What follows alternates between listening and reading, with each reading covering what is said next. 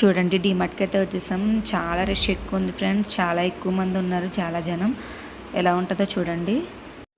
మా చిన్నోడు చూడండి అటు ఇటు ఎట్లా తిరుగుతున్నాడు, అస్మాన్ అట్లానే తిరుగుతూ ఉంటాడు, ఎత్తుకుంటే అస్సలు ఊరుకోడు. కానీ అవి తీస్తాడు ఇవి తీస్తాడు పడిపోతాడు మన భయం మాకు. చూడండి హాయ్ అని చెప్తున్నాడు ఆయన, అందరినీ చూస్తున్నాడు.